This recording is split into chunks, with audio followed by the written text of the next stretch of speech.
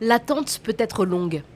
Les fonctionnaires de la Caisse nationale de sécurité sociale, ou CNSS du Gabon, le savent. Alors ils mettent des chaises en plastique à disposition devant leurs locaux, pour les plus âgés de leurs ayants droit surtout. Comme François Moussavou, 58 ans, qui n'a pas touché un franc de sa pension de retraite depuis 2 ans et le moment où il a quitté son emploi. J'ai déposé un dossier pour pension vieillesse, mais depuis lors jusqu'à l'heure, je n'ai pas encore de suite favorable.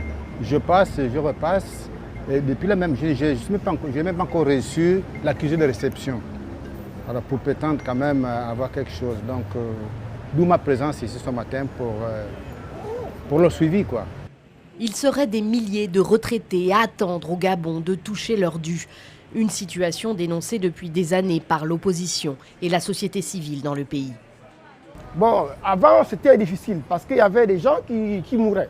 D'autres partaient en retraite et pour percevoir les pensions, ils attendaient des années. 2 ans, 3 ans, 4 ans, voire même 5 ans. Ils ne percevaient pas leur argent. Et maintenant, aujourd'hui, avec le nouveau pouvoir, on espère que les choses vont changer. L'espoir, car 2 jours seulement après avoir renversé le président Ali Bongo Ondimba, le général Oligui Nguema s'est exprimé sur ce sujet en particulier devant plusieurs centaines de patrons gabonais. Le désormais président de la transition évoque alors les retraités qui vivent mal au Gabon et décide de placer sous gestion du secteur privé la caisse publique de retraite. Une annonce très bien accueillie au sein de l'organisation même.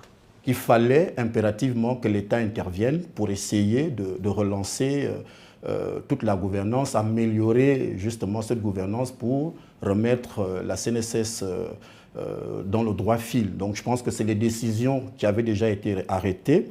Elle est beaucoup plus amplifiée avec le président de la transition qui veut des résultats rapidement parce qu'il tient à la protection sociale. L'application concrète de cette décision est très attendue dans le pays, le 3e plus riche du continent en termes de revenus par habitant, où l'espérance de vie ne dépasse pas, selon la Banque mondiale, 66 ans.